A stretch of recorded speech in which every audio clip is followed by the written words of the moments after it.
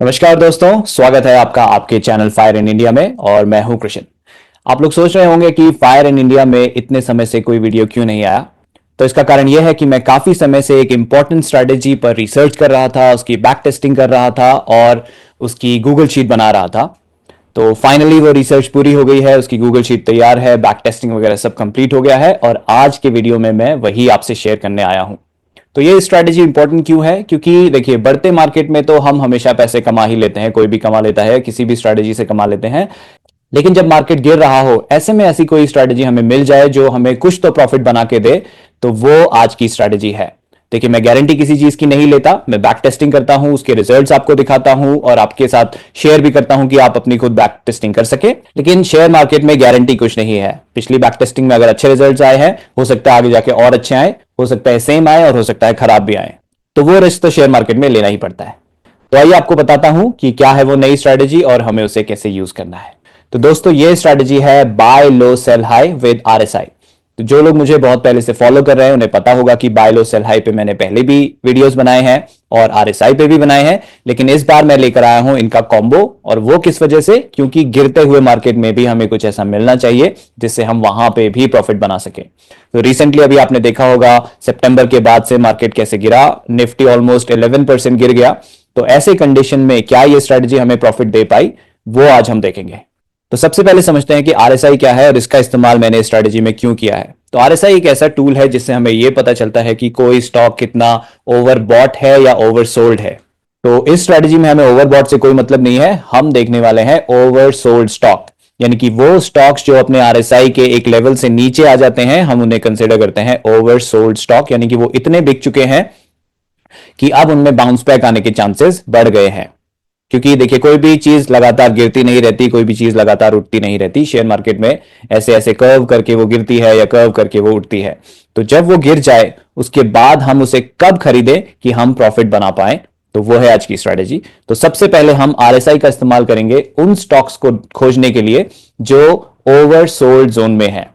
तो स्ट्रेटेजी क्या है? ओवरसोल्ड जोन का हम इस्तेमाल करेंगे और हमारी स्ट्रेटेजी में यहां पे हम यूज करेंगे 36 से बिलो वाला आरएसआई। तो मैंने जो शीट आपके लिए बनाई है उसमें निफ्टी 100 के स्टॉक्स हैं, उसी का एग्जांपल मैं यहां पे आपको दूंगा। उसमें जो भी स्टॉक अपने आरएसआई 36 से नीचे हैं वो फिल्टर होके आ जाते हैं और उन्हें हम इस्तेमाल करते हैं आगे की ट्रैकिंग के लिए। ठीक है, उन्हें बाय नहीं करते हैं हम, सिर्फ ट्रैकिंग के लिए वो एलिजिबल हो जाते हैं जब वो आरएसआई 36 के नीचे आ जाते हैं। अब आप सोचेंगे कि 35 क्यों नहीं यूज किया? तो जब मैं बैक टेस्टिंग कर रहा था मैंने देखा कई सारे स्टॉक हैं जो 35 से जस्ट ऊपर से भी रिवर्स हो गए और अच्छे प्रॉफिट दिए। तो 36 का लेवल मुझे ज्यादा बेहतर लगा, इसलिए 36 हम यूज करेंगे। तो इसमें पहला बाय कब करना है? तो जैसे ही 36 से नीचे आया हमारी वो ट्रैकिंग में आ जाएगा, लेकिन बाय तब नहीं हो रहा है, वो ट्रैक होना स्टार्ट होता है कि कब वो बाइंग के लिए एलिजिबल हुआ है। पहला बाय के लिए एलिजिबल तब होगा जब वो एक नया 25 डे लो बनाएगा। 25 डे, यहां पे 25 कैंडल्स की बात हो रही है, डेली कैंडल्स, यानी कि 25 ट्रेडिंग डेज की बात हो रही है। तो उन 25 ट्रेडिंग डेज में पिछले 25 ट्रेडिंग डेज का डेटा हम निकालते हैं, शीट हम ऑटोमेटिकली निकालती है आपके लिए। उसमें जब एक नया लो बनता है यानी कि और लो चला जाता है स्टॉक, तो वो ट्रैकिंग के लिए बाय लो सेल हाई में एलिजिबल हो जाता है। अभी भी हम उसे खरीद नहीं रहे हैं। 25 डे लो को जब वो नया टच करेगा, उस 25 डे लो से हम 6.5% ऊपर अपना बाय प्राइस या फिर ट्रिगर प्राइस, ठीक है, ट्रिगर यानी कि जहां पे हमारा बाय होगा वो प्राइस सेट करते हैं। जब वहां पे स्टॉक आएगा तब हम उसको बाय करेंगे। तो ये जो ट्रिगर प्राइस है ये कहलाता है buy low sell high trigger price. और ये स्ट्रैटेजी अगेन मैं क्लेम नहीं करूंगा मेरी है, ये मेरे गुरुजी महेश सर की है। इस पे मैंने पहले भी वीडियो बनाया था, वहां पे भी मैंने उन्हें पूरा क्रेडिट दिया था क्योंकि उन्हीं से मैं सीखता हूं। तो जब भी मैं कोई रिसर्च कर रहा होता हूं, स्ट्रैटेजी बना रहा होता हूं, मेरे दिमाग में घूम फिर के उनकी ही स्ट्रैटेजी आती है क्योंकि उन्होंने काफी सफल स्ट्रैटेजीज बनाई है। मैंने उन्हें अपना एक एक्स्ट्रा लेयर गूगल शीट का दिया है जिसमें मैं आपको बैक टेस्टिंग करके देता हूं, आपको वो टूल्स देता हूं जिससे आप खुद की बैक टेस्टिंग कर सके, जान सके कि अगर हम इसे यूज करते पास्ट में तो कैसे रिजल्ट आए होते। तो वो मेरी एक्सपर्टीज है, स्ट्रैटेजी बनाना महेश सर की एक्सपर्टीज है। ठीक है, लेकिन इस स्ट्रैटेजी में मैंने काफी कुछ नया किया है, जैसे कि आप यहां देख रहे हैं 6.5%, वो मैं अभी थोड़ी देर में बताऊंगा आपको क्या है उसका रीजन। ठीक है, तो जब भी 25 डे लो टच होगा और उसके 6.5% ऊपर आएगा प्राइस, तब हम उसे बाय करते हैं। तो कोई अगर स्टॉक लगातार गिर रहा है तो वो 25 डे लो नया बनाता जाएगा और 5% उठ ही नहीं पाता है तो हम उसे बाय ही नहीं करेंगे। अभी मैं चार्ट में आपको कुछ एग्जांपल दिखाता हूं। ओके, तो ये BHEL का मैंने चार्ट खोला है और अभी रिसेंट वाला एग्जांपल ही देखते हैं जो अभी रिसेंट मंथ्स में हुआ है, जब निफ्टी वगैरह सारा पूरा मार्केट गिर रहा था, हम सब पैनिक कर रहे थे कि क्या होगा क्या होगा। तो वहां पे कैसा परफॉर्मेंस आया, अगर हमने स्ट्रेटेजी फॉलो करी होती तो हमें क्या बाय करने को मिलता, क्या सेल करने को मिलता। तो यहां देखिए, हमें पहले सबसे नीचे देखिए RSI मैंने डाला हुआ है, ये RSI 14 है, यानी कि 14 कैंडल्स यानी 14 डेज का ये RSI है, ट्रेडिंग डेज का। ये इंडिकेटर आपको ट्रेडिंग व्यू पे मिल जाएगा। तो जो मैं आपको ये इंटरफेस दिखा रहा हूं, ये ट्रेडिंग व्यू है, ये फ्री में अवेलेबल है बेसिक यूज के लिए। इसमें प्रीमियम ऑप्शंस भी होते हैं, लेकिन जो मैं आपको यहां दिखा रहा हूं वो सब फ्री में पॉसिबल है।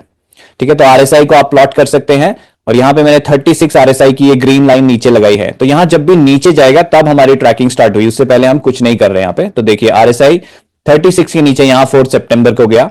ठीक है, उसके बाद देखिए लगातार ये गिर रहा है और उसके बाद यहां ऊपर चार्ट में मैंने एक इंडिकेटर लगाया है जो मैंने आपके लिए बनाया है, BLSH यानी बाय लो सेल हाई का इंडिकेटर। तो ये रेड लाइन इंडिकेट कर रही है 25 डे लो को, ये ब्लू लाइन इंडिकेट कर रही है वो ट्रिगर प्राइस जो कि 25 डे लो से 6.5% ऊपर है। ठीक है, तो जैसे जैसे 25 डे लो नीचे जा रहा है वो ट्रिगर प्राइस भी उसके साथ नीचे जाएगा, क्योंकि वो रिस्पेक्टिव उसके ही ट्रिगर प्राइस होता है। और ये जो ग्रीन लाइन है वो है हमारा प्रॉफिट टारगेट। तो इस वाली स्ट्रेटेजी में हम 3.14% का प्रॉफिट टारगेट यूज करेंगे। तो ये ग्रीन लाइन वो है। तो देखते हैं कहां पे बाय आया और कहां पे सेल आया, कितने दिन लगे हमारे टारगेट आने में। ठीक है, तो ये देखिए 25 डे लो, लेकिन ये जो ब्लू लाइन है कहीं क्रॉस नहीं हुई, यहां और एक 25 डे लो बना और यहां जाके 20 सितंबर को इसने इस प्राइस को क्रॉस किया, ये टच किया जो हमारा ट्रिगर प्राइस था, और उसके नेक्स्ट डे ही हमारा टारगेट आ गया 3.14%। इसके और भी ऊपर ये गया था, लेकिन हमें कोई मतलब नहीं है। इस वाली स्ट्रेटेजी में हम 3.14 को स्ट्रिक्टली फॉलो करेंगे, क्योंकि जैसे मैंने बताया कि हमें गिरते हुए मार्केट में भी प्रॉफिट कमाने की कोशिश करनी है। तो अगर हम ट्रेलिंग वाला इफेक्ट यूज करेंगे या थोड़ा अपने ज्यादा प्रॉफिट टारगेट रखा, तो हो सकता है ज्यादातर केसेस में आपको टारगेट ना मिले और वो वहां से रिवर्स हो जाए 3.14%। तो देखिए जो परसेंटेज हम निकालते हैं ये सब रिसर्च पे बेस्ड होता है, एक्सपीरियंस पे बेस्ड होता है। तो महेश सर ने हमें रिसेंटली अपनी स्ट्रेटेजी में 3.14% यानी पाई वाला जो दिया था उसी को मैंने यूज किया है। और उसके साथ जब मैंने बैक टेस्टिंग करी, मैंने साथ में 5% की भी बैक टेस्टिंग करी कि 5% बढ़ जाता तो हमारा टारगेट कितनी बार आ पाता। तो 3.14% पे आइडली हमें majority of the times target मिला। अब ऐसा नहीं है कि हर बार जब भी यहां ब्रेकआउट होगा, जब ये ट्रिगर प्राइस क्रॉस होगा तो टारगेट आएगा ही आएगा, ऐसा कभी नहीं होता। कोई भी स्ट्रैटेजी आप फॉलो कर लीजिए, जो ब्रेकआउट्स होते हैं वो पास भी होते हैं, फेल भी होते हैं। तो इस केस में भी ऐसा होगा कि कहीं पर वो फेल हो गया, कहीं पर वो पास हो गया, लेकिन मेजॉरिटी ऑफ द टाइम्स वो पास हुआ और जैसे ही पास हुआ कुछ ही दिनों में हमें इसका रिजल्ट मिल गया, यानी हमारा टारगेट आ जाता है। तो वापस यहां चार्ट पे आते हैं। देखिए यहां पे 2 दिन में हो गया टारगेट, एक दिन बाय किया, अगले दिन टारगेट आ गया, उसके बाद ये हमारे ट्रैकर से हट जाता है। उसके बाद अगेन हम चेक करते हैं RSI वो कब नीचे गया। देखिए यहां पे 36 के नीचे ये गया 21 अक्टूबर को, उसके बाद फिर गिरता रहा गिरता रहा गिरता रहा और 28 अक्टूबर को इसने ट्रिगर प्राइस क्रॉस किया और उसी दिन टारगेट भी आ गया। मतलब इंट्राडे में आपका बाय और सेल हो गया होता। तो इसके लिए हम GTT ऑर्डर्स बना के चलेंगे, वो मैं थोड़ी देर में आगे आपको दिखाऊंगा कि GTT ऑर्डर्स आप कैसे बना सकते हैं गूगल शीट की सहायता से। मतलब वहां पे आपको पता चल जाएगा कि किस प्राइस पे बनाना है, कितनी क्वांटिटी का बनाना है, वो सब डिटेल्स गूगल शीट में आ जाएंगी। और ये जो मैंने इंडिकेटर बनाया है इसका लिंक भी आपको गूगल शीट में मिल जाएगा, ताकि आप ट्रेडिंग व्यू अगर यूज करते हैं तो ये इंडिकेटर वहां लगा सकते हैं। और ये जीरोधा के अंदर वाले ट्रेडिंग व्यू में नहीं आएगा, ये जो stand alone trading view account है उसी में आप ये इंडिकेटर लगा सकते हैं। ओके, तो हमने समझ लिया कि पहला बाय कब करना है और जब उसमें टारगेट आए तो हमें सेल करना है। लेकिन जैसा मैंने कहा कि हर बार जरूरी नहीं है कि ब्रेकआउट आया, वो ट्रिगर प्राइस के ऊपर गया और टारगेट आ ही जाएगा, कई बार वो वापस नीचे गिर जाता है। तो उस केस में क्या करेंगे, हम एवरेजिंग करेंगे, यानी सब्सिक्वेंट बाइज करेंगे।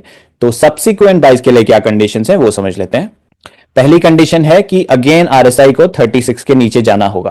तो अगर वो एक बार ट्रिगर हो गया उसके बाद जब तक 36 के नीचे नहीं आएगा हम उसे ट्रैक नहीं करेंगे। दूसरी कंडीशन है कि जिस प्राइस पे हमने बाय किया था, जो हमारा नया बाय प्राइस आ रहा है वो पिछले बाय प्राइस से -3.14% नीचे होना चाहिए। यानी कि हम पिछले प्राइस से ऊपर नहीं बाय करेंगे, सेम प्राइस पे नहीं बाय करेंगे, एटलीस्ट -3.14% नीचे होना चाहिए, या उससे ज्यादा भी नीचे हो सकता है, लाइक -5% -6% ऐसा हो सकता है, लेकिन -3.14% से कम नहीं होना चाहिए दोनों के बीच में गैप। ये दूसरी कंडीशन है। और तीसरी कंडीशन है कि जब उसमें bye low sell high trigger हो। तो जैसा कि पहला कंडीशन है कि 36 के नीचे आएगा, तो ओवरऑल स्ट्रेटेजी यही है कि जैसे ही 36 के नीचे आता है हम ट्रैकिंग स्टार्ट करते हैं, और जब बाय लो सेल हाई के हिसाब से वो ट्रिगर प्राइस क्रॉस करता है तो हम बाय कर लेते हैं। ठीक है, तो ये तीनों कंडीशन जब सेटिस्फाई होंगी तभी हम सब्सिक्वेंट बाय करेंगे। जब पहली बार बाय कर रहे हैं उसमें ये जो दूसरी नंबर की कंडीशन है वो ऑब्वियसली वैलिड नहीं है, क्योंकि हमने उससे पहले कोई परचेज नहीं किया था। ऐसा नहीं कि आपने BHEL को खरीदा और उसे सेल कर दिया, उसके बाद आप देख रहे हैं कि पिछला मैंने कब बाय किया था उस पे -3.14%, नहीं, उस केस में वो वैलिड नहीं है। उस केस में हम उसे न्यू बाय की तरह ट्रीट करेंगे, और सिर्फ दो ही कंडीशन होंगी कि RSI 36 के नीचे आ जाए और उसके बाद bye low sell high trigger हो तो हम न्यू बाय करेंगे एक फ्रेश स्टॉक में जो हमने अभी होल्ड नहीं कर रहे हैं हम। ऑलराइट, तो ये सब्सिक्वेंट बायज हो गए। नेक्स्ट है give preference to buying new stocks when new stocks are not available for purchase then average out the existing stocks. तो इसमें हम जब तक न्यू परचेज के लिए हमारे पास न्यू स्टॉक्स अवेलेबल हैं उनको प्रेफरेंस देते रहेंगे, और जो एग्जिस्टिंग स्टॉक हमने खरीद के रखे हैं उन्हें एवरेज आउट नहीं करेंगे। इससे क्या होगा, हमें डाइवर्सिफिकेशन मिलेगा, अलग अलग स्टॉक्स में हम जा पाएंगे, और अगर कोई स्टॉक बहुत ज्यादा गिर रहा है तो हम उससे तब एवरेज आउट करेंगे जब वो और सस्ता हो, -3.14% से भी आपको सस्ता मिलेगा, तो उसमें आपको प्रॉफिट भी ज्यादा होगा जब आप उसे सेल करेंगे। ठीक है, तो इसलिए हम न्यू बाय को प्रेफरेंस देंगे। और जैसा मैंने बताया हम सारे यूनिट सेल कर देंगे उस स्टॉक के, तो हमने अगर पहला बाय किया उसके बाद हमें एक और बार बाय करना पड़ा, यानी कि जो टोटल हमने यूनिट्स खरीदे हैं दोनों बाय के मिला के, उसके एवरेज प्राइस पे जब हमें 3.14% का टारगेट आ रहा होगा तो हम सेल करेंगे। तो इसके लिए आप GTT ऑर्डर्स बना के रख दीजिए अगर आपका ब्रोकर वो प्रोवाइड करता है, नहीं तो गूगल शीट में मैंने वो ट्रैकिंग दे रखी है, आपको बताएगा कौन सा स्टॉक कितने परसेंट पे है, कौन क्रॉस कर चुका है 3.14%, कौन उसके नीचे है, वो सारी ट्रैकिंग गूगल शीट में होगी। तो अगर GTT ऑर्डर नहीं है तो आप गूगल शीट से वहां से देख के अपनी सेलिंग कर सकते हैं, अदरवाइज GTT ऑर्डर बनाएंगे तो ऑटोमेटिक सेलिंग जैसे ही टारगेट आएगा हो जाएगी। अब कुछ लोग जो मेरा पिछला bye low sell high video देख चुके हैं वो सोच रहे होंगे कि ये बाय लो सेल हाई जो आज मैंने बताया और पिछला वाला, इनमें फर्क क्या है और क्यों है। तो फर्क यह है कि जो original bye low sell high है जो महेश सर ने हमें दिया था और जिसमें मैंने भी वीडियो बनाया था, उसमें हम बाय करते हैं जब 25 डे लो से 5% ऊपर आता है। ठीक है, ये कंडीशन मैंने चेंज करी है। दूसरा, उसमें प्रॉफिट टारगेट 5% था।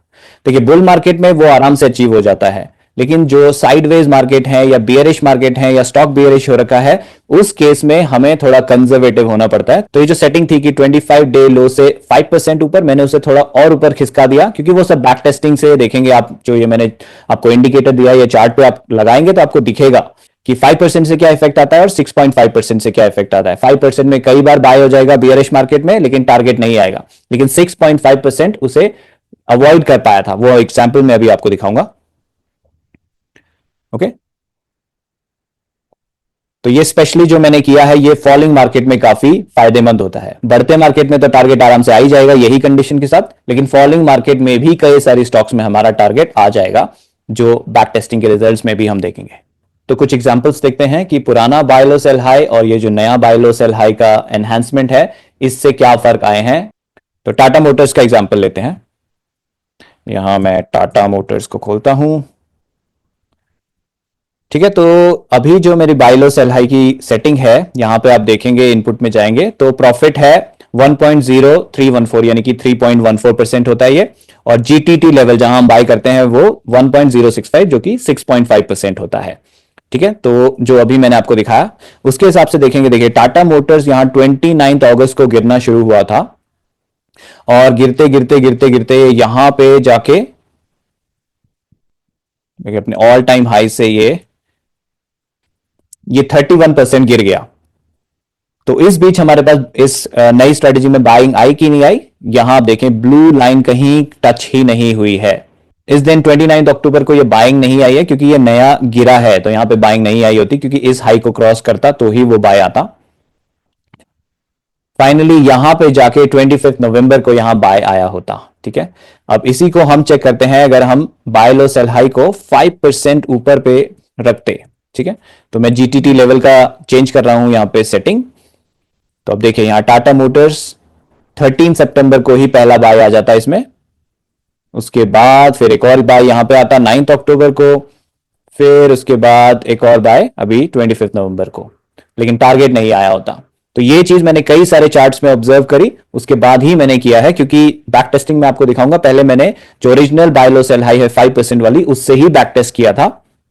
फिर जब मुझे ऐसे ऐसे रिजल्ट्स आए कि नहीं यार ये वाले बाय अवॉइड होने चाहिए गिरते हुए मार्केट में, तब मैंने ये कंडीशन ट्वीक कर करके 6.5% का लेवल पहुंचा है। होने को तो हम लेवल और ऊपर बढ़ा देंगे तो और कम बाइंग आएगी, लेकिन हमें बाइंग भी तो चाहिए जहां पे हम टारगेट अचीव कर पाए और प्रॉफिट बुक कर पाए। तो अभी तक का जो मैंने सिनेरियो जो बैक टेस्ट किया है, तो जो सिनेरियोज मैंने बैक टेस्ट किए उसमें 6.5% का जीटीटी लेवल बेस्ट निकल के आया, और इसीलिए वो मेरी फाइनल स्ट्रेटेजी में मैंने शामिल कर लिया है। कुछ और एग्जांपल देखते हैं। कंकर, ओके, तो ये यहां से गिरना शुरू हुआ, इसका आरएसआई यहां इसके नीचे गया था 5 अगस्त को, और उसके बाद देखिए यहां पे 23 अगस्त को बाय आया लेकिन कोई टारगेट नहीं मीट हुआ। फिर 30 सितंबर को आया लेकिन टारगेट मीट नहीं हुआ। उसके बाद फिर यहां पे 30 अक्टूबर को आया। अगर ये पहला बाय होता तो टारगेट मीट हो जाता, लेकिन अगर आप पहले से बाय करते हुए आए हैं और आप एवरेज प्राइस पे सेल करने वाले थे तो ये टारगेट मीट नहीं हुआ होता। लेकिन इसी कंडीशन को मैं नए बाय लो सेल हाई के हिसाब से मॉडिफाई कर दूं, ठीक है, 6.5% पे ले आऊं, तो अब आप देखेंगे यहां पे जो पिछला 5% पे था वो अवॉइड हो गया, ये वाला भी अवॉइड हो गया। फाइनली यहां पे पहला बाय आया होता 31 अक्टूबर को, और 4-5 दिन में इसका टारगेट आ गया होता। तो यही सब ऑब्जर्वेशन मैंने की थी, चार्ट रीड कर रहा था, इंडिविजुअल टेस्टिंग कर रहा था, फिर बल्क टेस्टिंग करी, तो इसे बनाने में काफी समय लग गया। तो उम्मीद करता हूं मेरी मेहनत आप तक पहुंचेगी और आप इसका इस्तेमाल कर पाएंगे, ठीक है। तो अब आगे चलते हैं, आगे देखते हैं क्या है हमारे पास। और एक एग्जांपल है एसबीआई लाइफ का, ये आप खुद आपके लिए होमवर्क समझ लीजिए, जाके इसे टेस्ट कर लीजिएगा। अब आते हैं बैक टेस्टिंग पे, कि मैंने बैक टेस्टिंग कैसे कैसे करी, क्या क्या चीज की बैक टेस्टिंग करी और उसके रिजल्ट्स क्या आए। तो उसके लिए हम चलते हैं गूगल शीट में, ठीक है। तो ये वाली गूगल शीट है जो आप परचेज कर सकते हैं, ये मेन गूगल शीट है जिसमें सारी ट्रैकिंग आपकी रियल इन्वेस्टमेंट के लिए होगी, प्लस बैक टेस्टिंग का लिंक भी इसमें है, प्लस वो जो ट्रेडिंग व्यू इंडिकेटर मैंने बनाया है उसका लिंक भी है। सब कुछ यहां पे आपको इस मेन शीट में मिलेगा। तो ये सबसे पहली शीट है स्ट्रैटेजी शीट, जिसमें सबसे पहले मैं ये डिस्क्लेमर देता हूं कि ये एजुकेशनल पर्पस के लिए है, और स्टॉक मार्केट में या स्ट्रैटेजी में जो भी आप इन्वेस्टमेंट करते हैं, प्रॉफिट भी आपके हैं, लॉसेस भी आपके हैं, तो उसके हिसाब से आप डिसाइड कीजिएगा। और जब आप ये शीट परचेज करेंगे, इसका लिंक आपको मिलेगा, ये लिंक मेरी शीट खोलेगा, ठीक है। उसको आप डायरेक्टली एडिट नहीं कर सकते, उसके लिए आपको मेक अ कॉपी करना पड़ेगा। तो उसके लिए क्या करना है, फाइल में जाइए और मेक अ कॉपी बटन दबाइए, ठीक है। यहां पे ये प्रॉम्प्ट आएगा आपको, और इसमें आप अपना चेंज कर सकते हैं शीट का नाम चाहें तो, जैसे मैं इसको डेमो दे देता हूं नाम, और मेक अ कॉपी बटन दबाइए और एक नई कॉपी तैयार हो जाएगी, जो कि आपकी अपनी पर्सनल शीट बन के तैयार हो जाएगी। तो मेरी जो शीट है उसमें कोई चेंजेस नहीं होंगे, आपकी जो पर्सनल शीट है उसमें ही आप अपने चेंजेस करेंगे, अपनी ट्रैकिंग करेंगे, अपनी इन्वेस्टमेंट ट्रैक करेंगे, क्योंकि एक सिंगल शीट हजारों लोगों की ट्रैकिंग तो कर नहीं सकती, इसलिए हर एक की अपनी इंडिविजुअल शीट होगी, ठीक है। अब ये कॉपी तैयार हो गई, ऊपर आपको दिख रहा होगा नाम demo buy low sell high BLSH with RSI, और ये 3 दिसंबर को मैंने लास्ट अपडेट करी थी। तो जो भी लास्ट अपडेट होता है मैं यहां डेट में डाल देता हूं। तो आपकी जब एक कॉपी बन जाएगी, मेरे अपडेट्स आपकी शीट में ऑटोमेटिकली नहीं आएंगे, उसके लिए आपको ये ओरिजिनल शीट का लिंक आपकी स्ट्रेटेजी शीट में मिलेगा। तो जब भी मैं कोई अपडेट करता हूं, उसके लिए मैं चेंज लॉग शीट में, अपनी ओरिजिनल शीट में चेंज लॉग में यहां डाल देता हूं कि किस तारीख को मैंने क्या चेंज किया, उसके पीछे रीजन क्या था और क्या क्या चेंजेस थे, ताकि जब आप मेरी ओरिजिनल शीट को रेफर करें आपको वो चेंजेस पता चल जाए, और अगर कोई चेंज वहां पे है आप अपनी शीट में वो चेंजेस कर सकते हैं। तो अगर छोटे मोटे चेंजेस हैं फॉर्मूला वाइज, तो मैं यही शीट में दे देता हूं कि ओके ये फॉर्मूला आपको अपडेट करना है, और आपकी शीट अपडेट हो जाएगी। लेकिन कोई बड़ा चेंज है जिसमें बहुत सारे मल्टीपल सेल्स, कॉलम्स, रोज, फॉर्मूलाज वगैरह चेंज करने हैं, उसको यहां चेंज लॉग में मैं इंडिविजुअली मेंशन नहीं करता। उसके लिए आप अपनी न्यू कॉपी बना सकते हैं। तो मेरी ओरिजिनल शीट में जाके आप जब again file make a copy करेंगे तो सारे एनहांसमेंट जो मैंने किए हैं वो आपको मिल जाएंगे, और अपना डेटा जो अब तक आपने बाय या सेल किया है वो आप ट्रांसफर कर सकते हैं नई वाली शीट में, उससे आपको लेटेस्ट शीट आपको मिल जाएगी, ठीक है। तो आइए आप समझते हैं बाकी की चीज। स्ट्रैटेजी शीट में फिर मैंने दिए हैं वो स्टेप्स जो अभी थोड़ी देर पहले मैंने समझाया आपको कि कैसे कैसे स्ट्रैटेजी में हम कब बाय करते हैं, कब सेल करते हैं, वो सारी रिकैप यहां पे दिया है। फायर इन इंडियाज वीडियो, तो जैसे ही मैं ये वीडियो तैयार कर लूंगा इसका लिंक यहां पे डाल दूंगा, ताकि अगर आपको रेफर करना हो इस वीडियो को, आप यहां पे जाके क्लिक कीजिए, वीडियो खुल जाएगा और रेफर कर लीजिए, अपनी स्ट्रैटेजी की नॉलेज को रिफ्रेश कर लीजिए। ओरिजिनल शीट लिंक ऑलरेडी मैंने बता दिया है कि जो मेरी शीट होगी जिसे मैं एनहांस अपडेट करता रहूंगा वो यहां से आप एक्सेस कर सकते हैं। बैक टेस्टिंग शीट, जिसमें मैंने सारी बैक टेस्टिंग करी है और जिसकी कॉपी आप खुद बना के अपनी बैक टेस्टिंग कर सकते हैं, वो यहां पे आपको मिलेगी। नेक्स्ट मैंने आपको ट्रेडिंग व्यू इंडिकेटर का लिंक यहां पे दे दिया है, जिसमें मैंने इंस्ट्रक्शन भी लिखे हैं। Open this link, scroll down on that page and click add to favourites, then refresh your TradingView chart page and apply the indicator. Okay, तो ये लिंक पे मैं क्लिक करूंगा और इसे ओपन करूंगा तो ये देखिए ट्रेडिंग व्यू पेज खुल गया है और यहां मेरा इंडिकेटर आ रहा है। इसमें स्क्रॉल डाउन कीजिए और यहां पे ऐड टू फेवरेट्स आप करेंगे तो ये आपके इंडिकेटर के फेवरेट्स में ऐड हो जाएगा ट्रेडिंग व्यू के अंदर। तो इसके लिए आपके पास ऑलरेडी ट्रेडिंग व्यू अकाउंट होना चाहिए जो फ्री में अवेलेबल है बेसिक्स के साथ।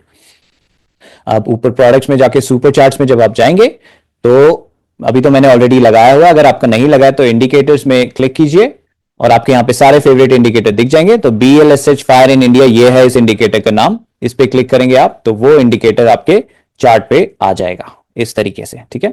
और इस इंडिकेटर की सेटिंग आपको चेंज करनी है, दो इंडिकेटर आ गए, एक डिलीट कर देता हूं। इंडिकेटर की सेटिंग चेंज करनी है, यहां पे सेटिंग्स में क्लिक कीजिए और जो मैं थोड़ी देर पहले आपको दिखा रहा था कि प्रॉफिट टारगेट यहां पे आप चेंज कर सकते हैं और GTT लेवल यहां पे आप चेंज कर सकते हैं। लेंथ ये है कि कितने दिन का लो आपको ट्रैक करना है, तो 25 डे का ही है जो हम करते हैं, लेकिन आप चेंज करना चाहें तो आप कर सकते हैं, लेकिन मैं रिकमेंड नहीं करूंगा उसे चेंज करने का। तो इस तरह से इंडिकेटर आपके चार्ट पे लग जाएगा और आप टेस्टिंग कर सकते हैं। और सबसे लास्ट में आपको दिखेगा click here to watch the video to know how to select the best strategies for yourself. तो मैंने एक वीडियो बनाया था जिसमें मैंने और स्ट्रेटेजीज के बारे में बताया था, उनमें से बेस्ट आप कैसे सेलेक्ट कर सकते हैं अपने खुद के पोर्टफोलियो बनाने के लिए, वो वीडियो आपको यहां पे मिल जाएगा। राइट, तो अब चलते हैं बैक टेस्टिंग की तरफ। तो ये बैक टेस्टिंग का लिंक हम खोल लेते हैं।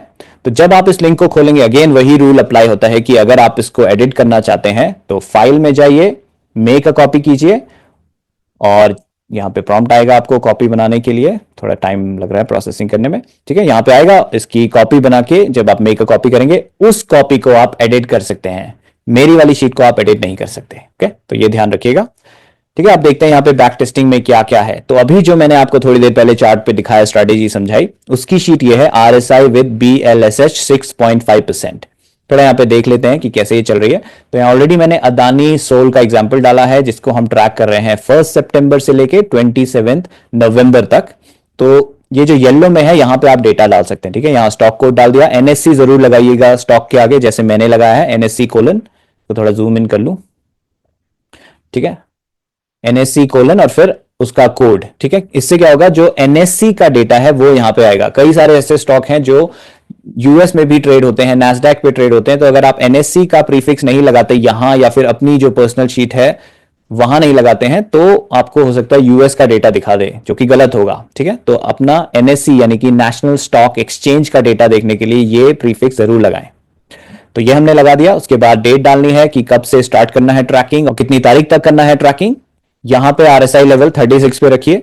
सेल टारगेट मैंने वही डिफॉल्ट जो हमने किया है, कितना एक बार में इन्वेस्ट करना है वो अमाउंट, और कितना नेक्स्ट परचेज का डिफरेंस होना चाहिए, जो मैंने आपको बताया नहीं, पहले परचेज हो जाए तो अगर सेकंड परचेज करना पड़े तो पिछले परचेज और नेक्स्ट परचेज के बीच में कितना डिफरेंस होना चाहिए वो यहां पे है, और ये माइनस में होना जरूरी है, ठीक है। प्लस में कर देंगे तो ऊपर चेक करने लगेगा तो सही से नहीं होगा, तो माइनस, क्योंकि हम नीचे इसको परसेंटेज में ला रहे हैं। सेल टारगेट प्लस में इसलिए क्योंकि हम जहां बाय करेंगे उससे ऊपर सेल करेंगे, इसलिए ये प्लस में है। उसके आगे कुछ लिखा नहीं है तो प्लस है, लेकिन इसके आगे लिखा है तो ये माइनस है। थोड़ा और जूम इन कर लेते हैं और फिर ये सब डालते ही शीट ट्रैक करेगी कि स्टार्ट डेट के आसपास का प्राइस कितना था और एंड डेट पे कितना प्राइस था, और script gain in this period, script कितना बढ़ा या घटा। तो इस केस में -34% ये स्टॉक गिरा था। तो देखते हैं इस स्ट्रेटेजी से अगर हम स्विंग ट्रेडिंग करते तो हमें क्या फायदा नुकसान क्या होता हमारा, ठीक है। तो ये ट्रैकिंग करता है शीट कि इसमें RSI निकल रही है इस शीट में, ठीक है,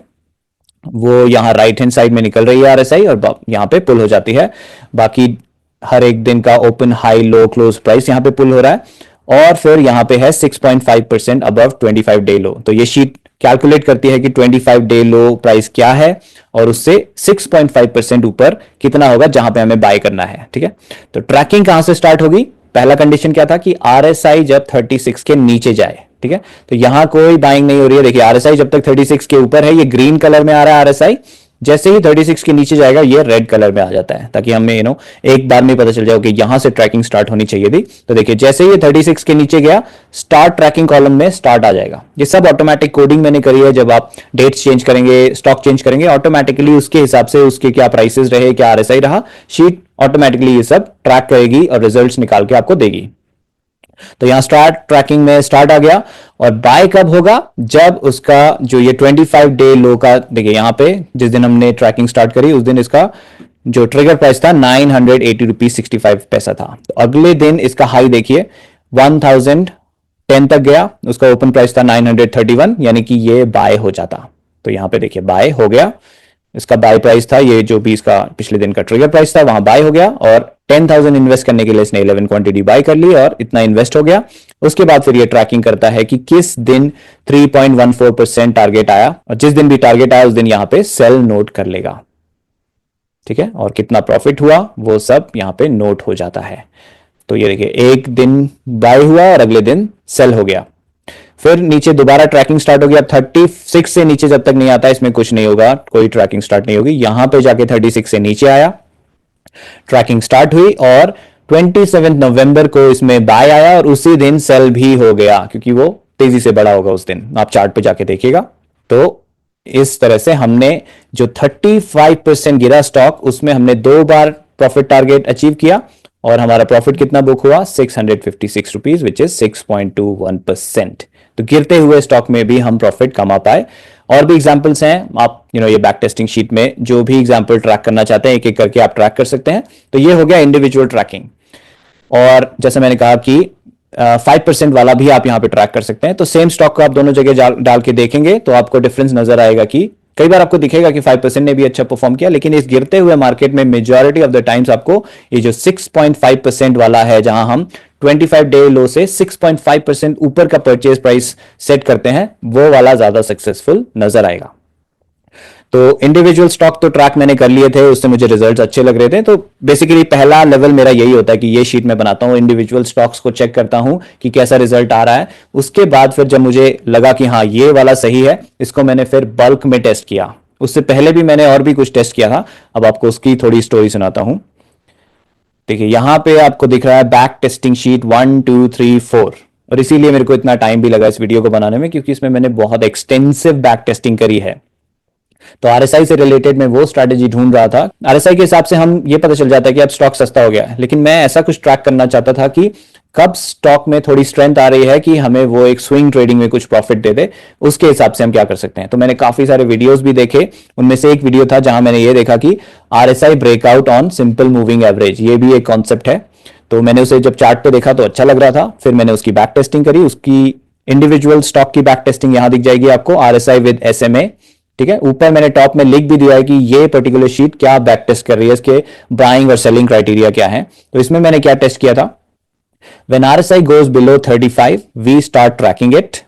After that, when it crosses RSI's 14-day simple moving average, तो जो RSI है उसका खुद का जो 14 डे का सिंपल मूविंग एवरेज है, जब उसे क्रॉस करे, चार्ट पे दिखाता हूं आपको, थोड़ा वहां से अच्छे से समझ में आएगा। देखिए ये RSI है, ये जो पर्पल लाइन है RSI है, और ये जो येलो लाइन है उसका 14 डे का सिंपल मूविंग एवरेज है। ठीक है, तो जब RSI यहां नीचे जाए, यहां नीचे गया और उसके बाद यहां पे जब ये ऊपर को क्रॉस करे तो इसे बाय कर लो। अब इसी एग्जांपल में देख लेते, कंकर खुला हुआ है, तो इस स्ट्रेटजी के हिसाब से ये यहां पे बाय हो जाता हमारा। ठीक है, और उसमें टारगेट नहीं आ पाता। फिर दोबारा ये यहां नीचे गया, फिर यहां ऊपर गया थोड़ा सा और फिर बाय हुआ, लेकिन टारगेट नहीं आ पाया। तो यही चीज मैंने जब इंडिविजुअल स्टॉक को ट्रैक कर रहा था, एसएमए वाले उसमें ज्यादा अच्छे रिजल्ट्स नहीं मिले। मतलब मिल रहे थे, कई बार अच्छे रिजल्ट्स आ रहे थे कि जैसे ही वो अपने एसएमए को क्रॉस कर रहा था तो हमें टारगेट मिल रहा था, लेकिन majority of the time target नहीं मिल रहा था। तो हमें तो कुछ ऐसा चाहिए जिसमें मेजॉरिटी हमारे फेवर में हो और कुछ ऐसे इंस्टेंसेस हो जो हमारे फेवर में ना हो, ताकि मेजरली हम प्रॉफिट बुक करते रहें, और जो नहीं बुक हो तो हम उन्हें होल्ड करते हुए चलेंगे। ठीक है, तो ये था मेरा पहला बैक टेस्टिंग, उसके रिजल्ट्स आप यहां चेक कर सकते हैं। और इसका मैंने पूरा निफ्टी 100 पे भी फिर बैक टेस्ट किया 1 सितंबर से लेके 19 नवंबर को। ये मेरी पहली बैक टेस्टिंग थी। इसके रिजल्ट्स क्या है? इसमें मैं कैपिटल लेके चला था 5 लाख रुपीज, और उसे मैंने 50 पार्ट्स में डिवाइड किया था, यानी कि पर बाय 10,000 का बन रहा था। ठीक है, तो उसमें 1 सितंबर को स्टार्ट किया ट्रैकिंग और 19 नवंबर को लास्ट डेट था जब मैंने इसका चेक किया था। हर एक दिन का इंडिविजुअल रन कर करके इस शीट को इनफैक्ट खोल के मैं आपको दिखाता हूं। ओके, तो इस शीट में बहुत सारी ट्रैकिंग हुई। RSI 14 अलग निकल रहा था, उसके बाद स्कैनर 2 मुझे बनाना पड़ा और स्कैनर 3 बनाना पड़ा। अब इस डिटेल में मैं ये नहीं जाऊंगा क्योंकि ये हमारी स्ट्रैटेजी नहीं है जो आज हम करें, लेकिन सिर्फ आपको ये बताना चाह रहा था कि ये भी मैंने बैक टेस्ट किया था और इसके रिजल्ट्स हमें यहाँ पे दिख रहे हैं कि ओके, हमारा करेंटली इन्वेस्टेड यानी 19 नवंबर को इतना अमाउंट करेंटली इन्वेस्टेड था, उसका करंट वैल्यू था इतना, और नोशनल लॉस में थे हम -6.84%, क्योंकि मार्केट काफी गिरा था तो ऑब्वियसली नोशनल लॉस में होंगे जो भी हम होल्ड करके चल रहे हैं जिनमें टारगेट नहीं आया। और total stocks in holding 27 stocks हमारे होल्डिंग में थे। कैश रिमेनिंग 69,000, तो 5 लाख जो हम लेके चले थे उसमें से 69,000 बच गया था हमारे पास कैश लास्ट डे तक, और हमने इसमें प्रॉफिट किया 5,000। तो नॉट बैड, मतलब गिरते हुए मार्केट में कुछ भी प्रॉफिट हो जाए तो अच्छा ही लगता है, लेकिन जैसा मैंने कहा कि हमें और कुछ बेहतर ढूंढना था, मुझे कुछ बेहतर ढूंढना था। फिर मैंने चेक किया डार्वस, तो एक और डार्वस की महेश सर की थ्योरी है जिसमें हम वीकली ब्रेकआउट पे बाय करते हैं। ठीक है, जैसे हम ट्रैक करते हैं कि मंडे टू फ्राइडे का हाईएस्ट प्राइस क्या है, अगले हफ्ते अगर वो हाई प्राइस क्रॉस होता है तो हम बाय कर लेते हैं। तो उसकी बैक टेस्टिंग भी मैंने की थी पूरे निफ्टी 100 की, पूरे 1 सितंबर से 19 नवंबर। यहां देखने में पता नहीं चलता, लेकिन इस तरह की बैक टेस्टिंग करना, एक एक दिन को बैक टेस्ट करना, यहाँ पे डेट चेंज करना, फिर चेक करना किसमें क्या ट्रैकिंग हो रही है, अलग अलग शीट्स में जाके ट्रैकिंग करना काफी समय लगता है। तो अगर आपको मेरी मेहनत पसंद आई है तो इस वीडियो को लाइक जरूर करें, क्योंकि इससे मुझे एनकरेजमेंट मिलता है, ये वीडियो और लोगों तक पहुंचती है, यूट्यूब से एल्गोरिथम में आगे बढ़ाता है, तो प्लीज सपोर्ट कीजिए। तो ये सारी बैक टेस्टिंग करी और इसके रिजल्ट्स देख लेते हैं। इसमें हमारा इन्वेस्टमेंट कम हुआ क्योंकि वीकली ब्रेकआउट कम हो रहे थे इस गिरते हुए मार्केट में, तो हमारा बाइंग कम आई। ठीक है, इसलिए यहाँ पे करेंटली इन्वेस्टेड कम दिख रहा है, और उसमें नोशनल प्रॉफिट थोड़ा सा पिछले वाले के मुकाबले ज्यादा हम लॉस में थे, बट अमाउंट वाइज हम कम लॉस में थे क्योंकि इन्वेस्टमेंट ही कम हुई थी। इसमें 19 स्टॉक्स ही हमारे होल्डिंग में थे और कैश अच्छा खासा बचा हुआ था, तो कैश प्रिजर्वेशन के मामले में ये डार्वस बॉक्स काफी अच्छा था। लेकिन प्रॉफिट जो हमें मिला, जो हम इस स्ट्रेटेजी में प्रॉफिट कर पाए, वो पिछले वाले से और भी कम था, 4,750, जबकि पिछला वाला था 5,143। और मैक्सिमम इन्वेस्ट कितना हुआ था हमारा अमाउंट, वो अमाउंट यहाँ पे आप लास्ट वाले कॉलम में देख सकते हैं। तो इससे मैं सेटिस्फाई नहीं हुआ, मुझे और बेहतर रिजल्ट्स चाहिए थे। तब मैंने बाय लो सेल हाई की तरफ रुख किया। तो पहले मैंने 5% वाला चेक किया, जो थोड़ी देर पहले मैंने आपको बताया 5% में क्या होता है। तो उसमें हमारा इतना इन्वेस्ट होता और नोशनल लॉस हमारा -6.2 था, जो कि पिछले 2 वर्जन से बेहतर था, और जो प्रॉफिट हुआ वो भी पिछले 2 वर्जन को अगर हम मिला भी दें, दोनों ऐड कर दें, उससे भी बेहतर था। तो यहां मुझे काफी खुशी मिली कि ओके, इतनी लंबी मेहनत जो मैंने करी है, अलग अलग चीजें जो मैंने टेस्ट करी, यहां पे बेहतर रिजल्ट्स आए। लेकिन बैक टेस्टिंग करते करते जो 5% वाला था, कई सारे स्टॉक्स मुझे ऐसे दिख रहे थे, यार ये तो लगातार गिरने वाला स्टॉक है, इसको हम कैसे अवॉइड कर सकते हैं। कई सारे ऐसे स्टॉक थे, अगर हमने 5% वाले के हिसाब से बाय किया होता तो वो 20% के नीचे वाली कैटेगरी में आ जाते। अभी मैं आपको बताऊंगा 20% से नीचे वाली कैटेगरी का हम क्या करते हैं। ठीक है, तो उस कैटेगरी में काफी सारे स्टॉक्स आ जाते, तो वो वाला चीज अवॉइड करने के लिए फाइनली मैंने जब ये 6.5% वाला वर्जन ट्राई किया तो हमें मिला ये रिजल्ट। तो प्रॉफिट यहां पे, और इसको मैंने एक्सटेंड किया 29 नवंबर, पहले 2 वर्जन है वो 19 नवंबर तक ही टेस्ट किए गए थे, लेकिन अब इतना समय बीत गया था तो 29 नवंबर तक का डेटा मेरे पास आ गया था। तो मैंने ये जो बाय लो सेल हाई वाले हैं दोनों को 29 नवंबर तक का बैक टेस्टिंग करी, तो इसमें हुआ 11,000 का प्रॉफिट, और जो हमारा फाइनल वर्जन है उसमें हुआ 13,000 का प्रॉफिट। तो प्रॉफिट वाइज ये हमारा बेहतर रिजल्ट मिला, और जैसे मैंने कहा ये काफी सारे उन स्टॉक्स को भी अवॉइड करने में सक्सेसफुल रहा जो -20% की कैटेगरी में आ सकते थे। आए इसमें भी जरूर आए, 5 स्टॉक्स इसमें आए, लेकिन फिर भी और ज्यादा आ सकते थे, वो अवॉइड हो गया हमारा। ठीक है, तो ये है बैक टेस्टिंग के रिजल्ट्स। तो ये फाइनल वर्जन मुझे पसंद आया, वही मैं आपके साथ शेयर कर रहा हूं। तो आइए आगे बढ़ते हैं।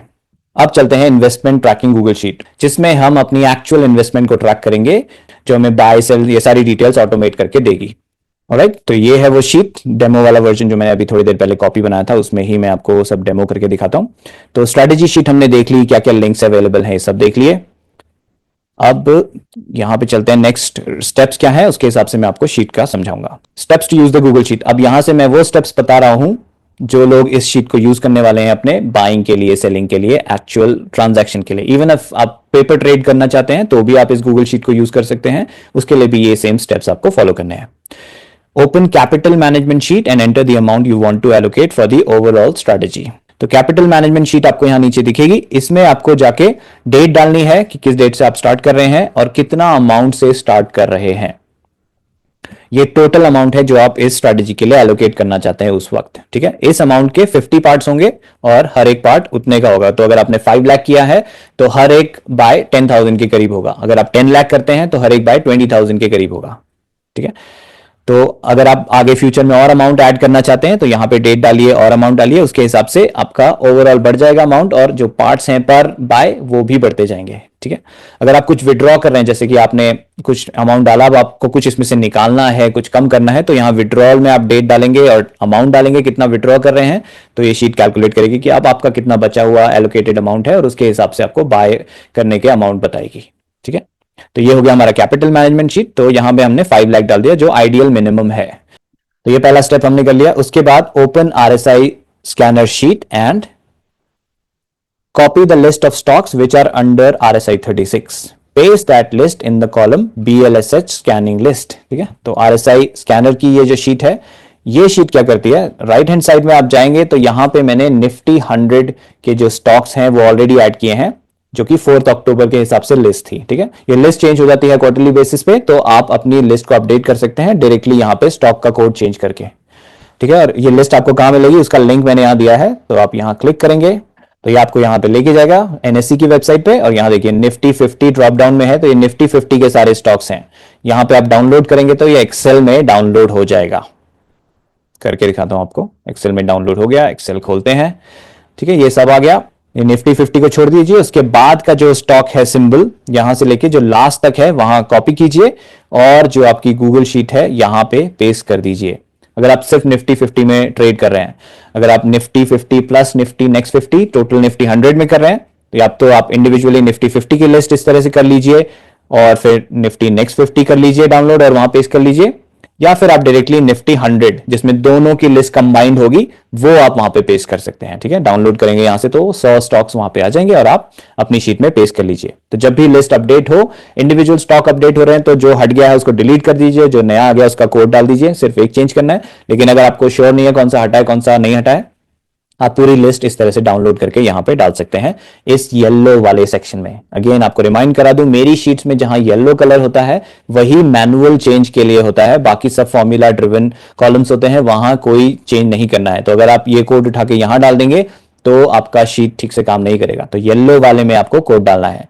तो जैसे ही हमने यहाँ पे सारे स्टॉक्स डाल दिए, total number of stock count करके ऊपर ऑटोमेटिकली आ जाता है, ठीक है।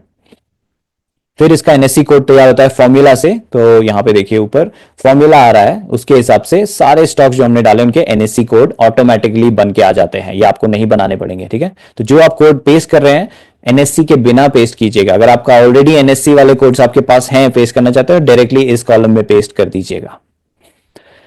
फिर उसके हिसाब से ये करंट मार्केट प्राइस निकाल लेगा, जो कि हर 20 मिनट्स में अपडेट होता है, उससे जल्दी भी अपडेट हो जाता है। तो अप टू 20 मिनट्स लगते हैं गूगल शीट को इसे ऑटोमेटिकली अपडेट करने में, अगर आपका इंटरनेट चल रहा है। तो ये जो शीट है ये लाइव शीट है, इसमें ये जो प्राइसेस हैं ऑटोमेटिकली फॉर्मूला से अपडेट हो जाते हैं, आपको मैनुअली कोई प्राइस अपडेट करना नहीं पड़ेगा।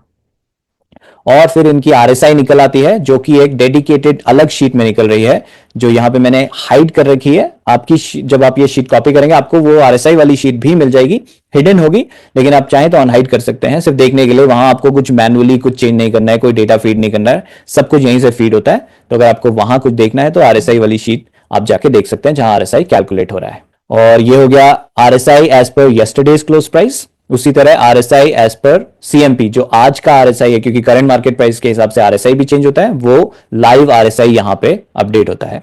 अगेन इसकी कैलकुलेशन भी सेम RSI शीट में हो रही है। इन BLSH स्कैनर, ये भी थोड़ी देर में आपको बताता हूं। परसेंटेज चेंज टुडे, तो हर एक स्टॉक जब ऊपर जाता है नीचे जाता है, आज कितना ऊपर या नीचे गया है परसेंटेज वाइज, वो परसेंट यहां पे आ रहा है। यानी अदानी एंटरप्राइजेज आज 2.74% अभी तक ऊपर गया है, जो करंट उसका मार्केट प्राइस चल रहा है वर्सेस जो कल का क्लोज प्राइस था, ये यहां पे आ जाता है। इसकी इस्तेमाल मैंने कई जगह पे शीट में किया है, तो ये रेफरेंस यहां से लिया जाएगा। ऑलरेडी होल्डिंग, तो जो जो स्टॉक आप खरीदते जाएंगे उन्हें हम करंट होल्डिंग शीट में रिकॉर्ड करते हैं, वो ऑटोमेटिकली यहां ऑलरेडी होल्डिंग शीट में आ जाएंगे, ताकि इस शीट को पता चल जाए कि कौन सा स्टॉक आप ऑलरेडी खरीद चुके हैं और कौन सा नहीं खरीदा है। उसी के अकॉर्डिंग आपको फिल्टर करके स्टॉक्स देता है, ठीक है। तो राइट हैंड साइड का ये जो स्टॉक वाला सेक्शन है, यहां पे आपको रेयरली आना है, मतलब जब भी कोई स्टॉक चेंज हो या कोई आप नया स्टॉक कोड ऐड करना चाहते हैं तो आपको यहाँ पे आना है, अदरवाइज यहाँ पे नहीं आना है। और आप अप टू 180 स्टॉक्स को भी इसमें डाल सकते हैं। मैंने 100 डाले, आप 180 तक डाल सकते हैं। उसके बियॉन्ड डालेंगे तो आरएसआई उसका नहीं निकलेगा, यानी वो शीट में काम नहीं करेगा। तो ये हो गया हमारे राइट हैंड साइड में स्टॉक कोड, जो कभी कभी हमें चेंज करने पड़ेंगे। यहां लेफ्ट हैंड साइड में हमारा बना है आरएसआई स्कैनर, ठीक है। तो यहां हम डाल देते हैं 36, इसे आप चेंज कर सकते हैं, लेकिन एज द स्ट्रैटेजी सेज कि हम 36 से ट्रैक करेंगे। तो जो भी स्टॉक अपने आरएसआई 36 से कल तक नीचे था, ये जो आरएसआई है as per yesterday's closing price, आज का हम देखेंगे तो इंट्राडे में कभी वो 36 के ऊपर जा रहा है, कभी नीचे जा रहा है, तो बार बार लिस्ट चेंज होती रहेगी, इसलिए मैंने लाइव आरएसआई यहां पे नहीं यूज किया। कल तक जो था आरएसआई 36 के नीचे, वो यहां पे फिल्टर होके आपको आ जाएगा। तो उसके लिए आपको क्या करना है, copy the list of stocks which are under RSI 36, paste this list in the column BLSH scanning list, ठीक है। तो ये जो स्टॉक्स आए हैं इनको कॉपी कीजिए, और ये जो BLSH स्कैनिंग लिस्ट है येलो में जो है, यहां पे पहला येलो जो है, यहां पे आप right click paste special values only करना है, ठीक है। डायरेक्ट पेस्ट नहीं करना, वैल्यूज ओनली करना है। अब देखिए वो 9 स्टॉक्स यहां अगर यहां से हट गए, क्योंकि मैंने यहां पे राइट हैंड साइड में ये भी ट्रैक किया है कि BLH स्कैनर में हमने क्या ऐड कर दिया है, ताकि जो आप ऐड कर दें वो दोबारा यहां पे आएगा तो आपको ये नहीं पता चलेगा कौन सा नया स्टॉक है, कौन सा मैं ऐड कर चुका हूं। इसलिए वो वाली फिल्ट्रेशन भी मैंने कर रखी है, ठीक है। देखिए वहां से गायब हो गया। कल को जब ये अपडेट होगी शीट, नए कोई स्टॉक्स आ जाएंगे, तो सिर्फ आपको वो कोड्स कॉपी करने हैं और इसके नीचे पेस्ट कर देने हैं। ये हो गया पहला स्टेप। उसके बाद इसी शीट में दूसरा स्टेप है, copy the list of stocks under the column already bought stocks eligible for BLSH tracking and paste that list in the column BLSH scanning list.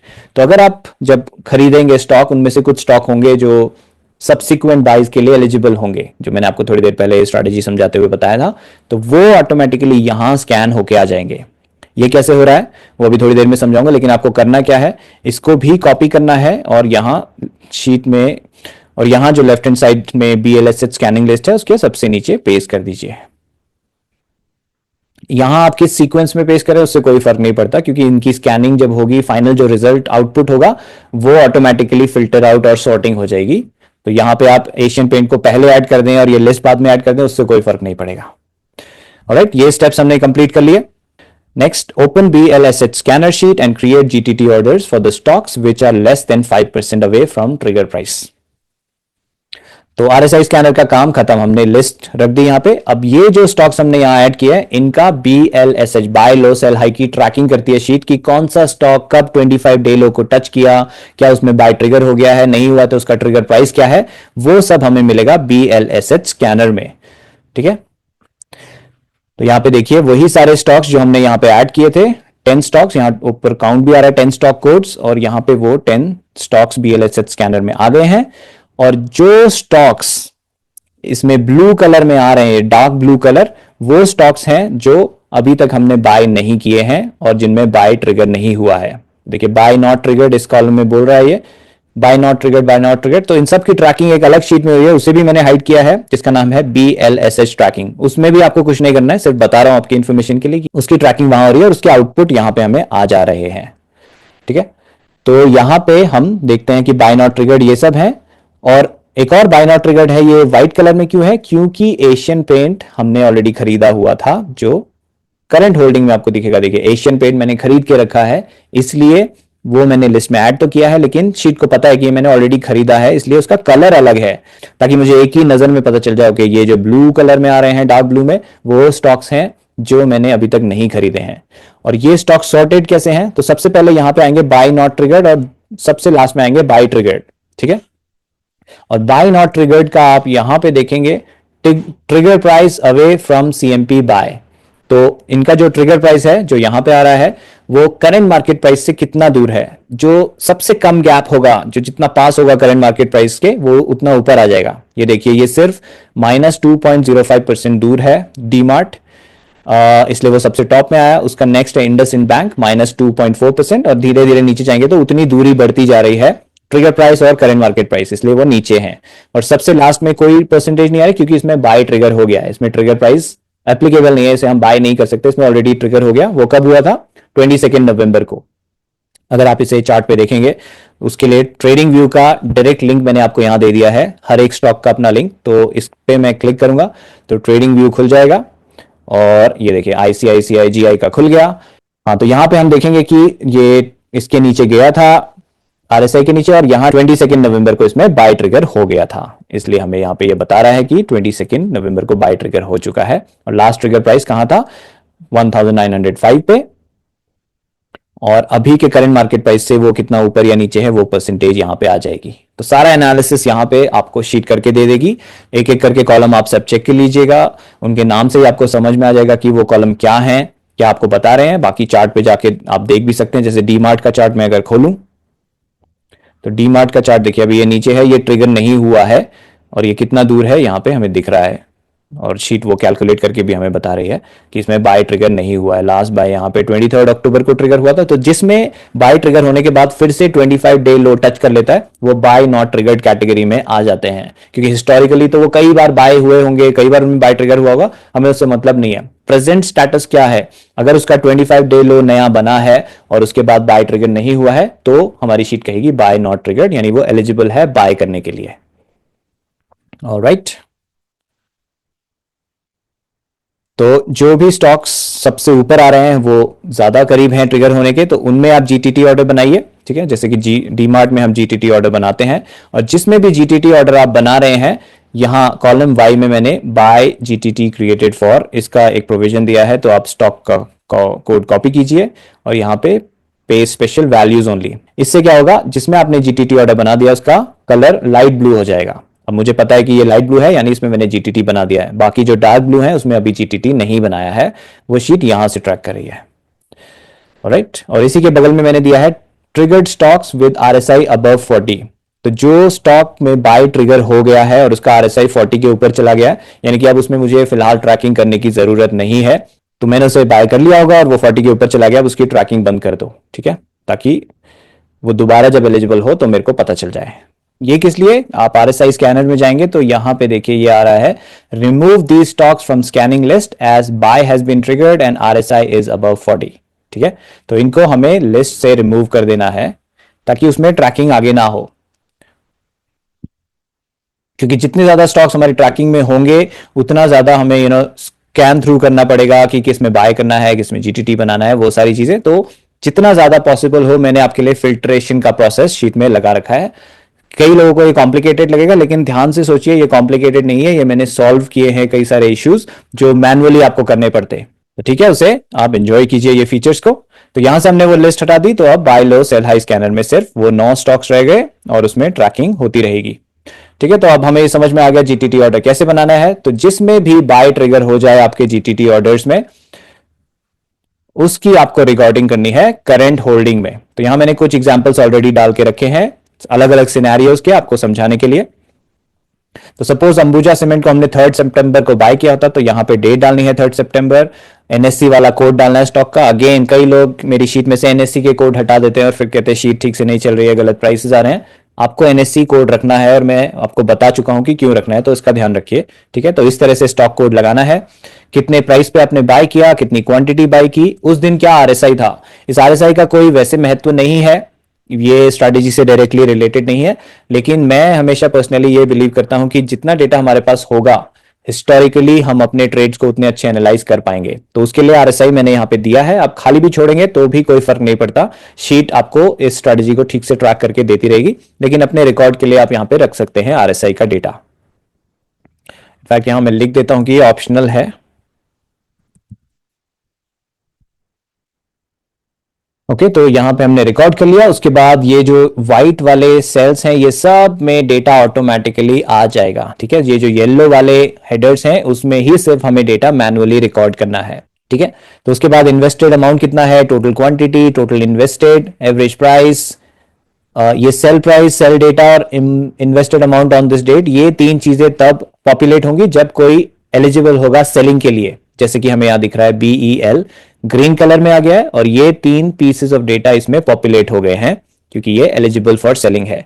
ये कैसे ट्रैक हो रहा है, तो हमने यहां टॉप में लगा रखा है प्रॉफिट टारगेट 3.14%, ये प्लस में होना चाहिए, ठीक है। तो प्लस के लिए आपको आगे प्लस लिखने की जरूरत नहीं है, सिंपल 3.14%, ये पॉजिटिव ही होता है, यानी कि जब हमारे एवरेज प्राइस से इतना ऊपर हमें टारगेट मिले तो हम सेल करना चाहते हैं। तो यहां देखिए नोशनल प्रॉफिट परसेंट बीईएल में 8.25% चल रहा है, इसलिए ये ग्रीन कलर में आ गया क्योंकि हमारे ये टारगेट से ऊपर है। तो ये सेल के लिए रेडी है। इसको सेल करने के लिए आप पहले तो अपने ब्रोकर में जाके सेल कीजिए, उसके बाद यहां शीट में आके ये जो ग्रीन पोर्शन है जितना हाईलाइटेड है ग्रीन कलर में उसे हाईलाइट कीजिए, कॉपी कीजिए और फिर सोल्ड शीट में आइए और यहां जो ये येलो के नीचे बाय डेट है यहां राइट क्लिक, पे स्पेशल, वैल्यूज ओनली। ठीक है, वैल्यूज ओनली करना है आपको और उसके बाद यहां पे आपका पेस्ट हो जाएगा। सेल प्राइस एक अलग कलर में है और यहां मैंने लिखा भी है copy paste this data from current holding sheet and update the sale price. Basically यहां जो सेल प्राइस आया है वो उस वक्त का करंट मार्केट प्राइस जो शीट में आ रहा था वो था, लेकिन जब हम सेल करते हैं ब्रोकर में थोड़ा ऊपर नीचे प्राइस पे सेल होता है, तो यहां पे आप अपडेट कर देंगे कि एक्चुअल में आपने कितने प्राइस पे सेल किया। उसके हिसाब से ये रिकॉर्ड कर लेगा कि कितने होल्डिंग डेज लगे, कितना प्रॉफिट अमाउंट आपका हुआ, परसेंटेज वाइज प्रॉफिट कितना है। ब्रोकरेज अगेन ये येलो में है, तो जो भी आपको ब्रोकरेज लगेगा आपके ब्रोकर में प्लस जो डीमैट चार्जेस हैं, बाइंग सेलिंग सब कुछ मिला के यहां पे आपको मैन्युअली डालने हैं। अलग अलग ब्रोकर्स में अलग अलग कैलकुलेशन होते हैं और ये टाइम टाइम पे बदलते भी रहते हैं, इसलिए मैंने कोई फॉर्मूला यहां नहीं लगाया है। आपको ये मैन्युअली अपने ब्रोकर से चेक करके यहां पे डालना है। इनकम टैक्स जो अभी करंट नॉर्म है 20% टैक्स लगता है शॉर्ट टर्म कैपिटल गेन पे, प्लस उस पर 4% एजुकेशनल सेस लगता है, उसका फॉर्मूला मैंने यहाँ पे लगा रखा है, तो उसके हिसाब से इनकम टैक्स कैलकुलेट हो जाएगा। ब्रोकरेज और इनकम टैक्स निकालने के बाद हमारा प्रॉफिट जो बचेगा वो यहां आता है। अगर आप खुद को कोई इंसेंटिव देना चाहते हैं, जो महेश सर कहते हैं कि अपने आप को इंसेंटिव दीजिए, अगर आप कुछ विड्रॉ करना चाहते हैं, बाकी का अमाउंट जो बच जाए प्रॉफिट में से वो ग्रोथ में यूज कीजिए। तो अगर आप इंसेंटिव देना चाहते हैं यहां परसेंटेज डिफाइन कर दीजिए कि 5%, 10%, 20%। बेसिकली ये ट्रैक करेगा कि आप कितना इंसेंटिव अपने लिए रख रहे हैं और आप उसको विड्रॉ करके अपने खर्चे वगैरह के लिए यूज कर सकते हैं। लेकिन अगर आप पूरा अमाउंट ग्रोथ में यूज करना चाहते हैं, इंसेंटिव नहीं देना चाहते, इसे 0% रखिए। ये यहाँ पे येलो में यहां आपको चेंज करना है कि कितना परसेंट इंसेंटिव रखना है। जो भी परसेंट आप यहां रखेंगे हर एक के लिए वो ऑटोमेटिकली कैलकुलेट कर लेगा। उसके बाद जो बच जाएगा वो है growth amount after tax and incentive, वो ये अमाउंट है। और ये जो अमाउंट है जो जैसे जैसे हम प्रॉफिट बुक करते हैं उसका सम यहाँ पे टोटल ऊपर ऐड हो रहा है, ये वाला अमाउंट हमारे कैपिटल मैनेजमेंट शीट में ऑटोमेटिकली ऐड होता रहता है। यहाँ पे मैंने फॉर्मूला लगाया है, देखिए हम 5 लाख रुपीस के साथ चले थे, अब ये प्रॉफिट हमने 657 का बुक कर लिया, तो ये अमाउंट बन गया 5,657। ओके, और यही चीज यहाँ करंट होल्डिंग में भी अपडेट हो जाती है ऑटोमेटिकली। और इसको अब ये 50 पार्ट्स में जब डिवाइड करेगा तो अगला जो बाय है वो थोड़ा बढ़ के आएगा। तो जैसे जैसे आपके प्रॉफिट्स बढ़ते जाएंगे आपका जो पर ट्रांजैक्शन जो पर बाय अमाउंट है वो भी बढ़ता जाएगा। आपका इस तरह से कंपाउंडिंग इफेक्ट आएगा आपकी स्ट्रेटेजी में। और एक बार जो आपने स्टॉक सेल कर दिया उसको सोल्ड शीट में डाल दिया, यहां करंट होल्डिंग से डिलीट कर देना है। अब आप उसको होल्ड नहीं कर रहे हैं तो करंट होल्डिंग में नहीं रहेगा, तो राइट क्लिक कीजिए उस रो पे और डिलीट रो कर दीजिए, उसका रिकॉर्ड करंट होल्डिंग से हट जाएगा। सोल्ड में आप जाएंगे तो वो वहां रहेगा, वहां से वो डिलीट नहीं होगा, ठीक है, क्योंकि वो आपने कॉपी पेस्ट करा था। तो करंट होल्डिंग से उसे हटा देना है। तो वापस चलते हैं हमारी पावर पॉइंट में। तो हमने जीटीटी ऑर्डर्स बना दिए, उसके बाद जो बाय हुआ उसको हमने करंट होल्डिंग शीट में रिकॉर्ड कर लिया, वो मैंने आपको दिखा दिया। Create a sell GTT order for the bought stocks at the target price shown in the current holding sheet, delete that stock from the BLSH scanning list in RSI scanner sheet. तो दो चीजें करनी है जब आपका bye हो जाएगा। तो पहला तो है कि यहाँ करंट होल्डिंग में जैसे ही आप रिकॉर्ड करेंगे कि मैंने बाय किया, फॉर एग्जांपल ये एशियन पेंट का मैंने रिकॉर्ड किया है, तो इसका जीटीटी सेल ऑर्डर मुझे बनाना है। तो उसके लिए देखिए मैंने टारगेट प्रॉफिट टारगेट प्राइस वाला कॉलम दिया है, तो इस प्राइस पे आप जीटीटी ऑर्डर बना देंगे। क्वांटिटी आपको पता ही है कि कितनी है, तो उसका जीटीटी ऑर्डर सेल वाला बना दीजिए। जिस भी दिन ये प्राइस आएगा ऑटोमेटिकली आपका ब्रोकर आपके स्टॉक्स को सेल कर देगा और आप बस शीट में आके रिकॉर्ड कर लीजिए। तो ये आपके लिए बहुत कन्वीनियंट हो जाएगा ऑटोमेशन के लिए। ऑलराइट, और जब आपका बाय कुछ हो जाए उसके बाद आपको जाना है RSI स्कैनर में और यहां पे से वो डिलीट कर देना। फॉर एग्जांपल एशियन पेंट मैंने बाय कर लिया, उसको मैं डिलीट कर दूंगा यहां से, ताकि वो आगे की ट्रैकिंग ना करे। ओके, नेक्स्ट स्टेप हमारा है copy paste the data of sold stocks into the sold sheet and deletes it's record from the current holding sheet. Already मैंने आपको दिखा दिया। When a stock is averaged out, record its entry just below its previous entry। तो आपने कोई stock purchase किया, उसका target नहीं आया, वो गिर गया, अब वो दोबारा से एलिजिबल हो गया है बाय करने के लिए, जो मैंने कंडीशंस आपको बताई थी कि पिछले प्राइस से वो -3.14% नीचे होना चाहिए, RSI 36 के नीचे जाए जब तो ट्रैकिंग स्टार्ट होगी, और जब उसमें बाय लो सेल हाई का ट्रिगर आए तब हम उसे बाय करेंगे। जब सेटिस्फाई होती है तो हम उसे एवरेज आउट करते हैं। उस एवरेज आउट की रिकॉर्डिंग कैसे करनी है आपकी शीट में?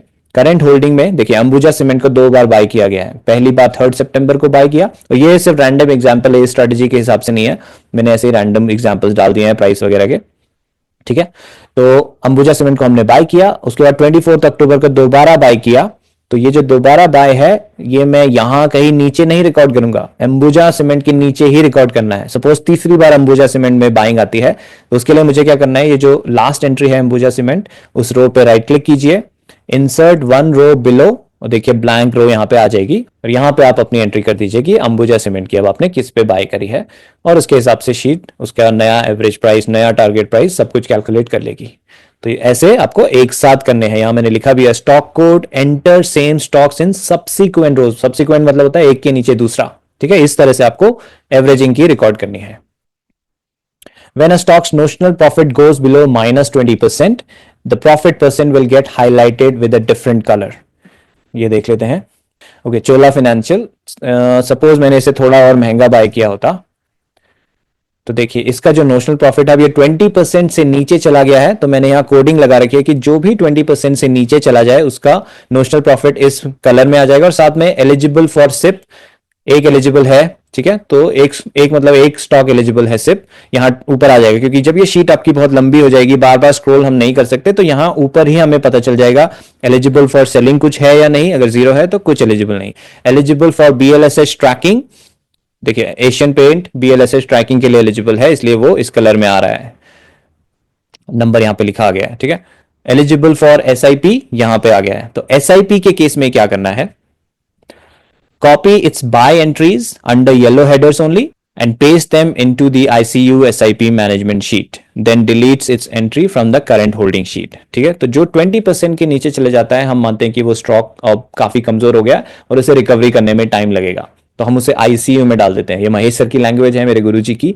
ICU मतलब जो क्रिटिकल पेशेंट होते हैं उन्हें ICU में डालना पड़ता है ताकि वो रिकवरी कर पाए, उनकी देखभाल करनी पड़ती है।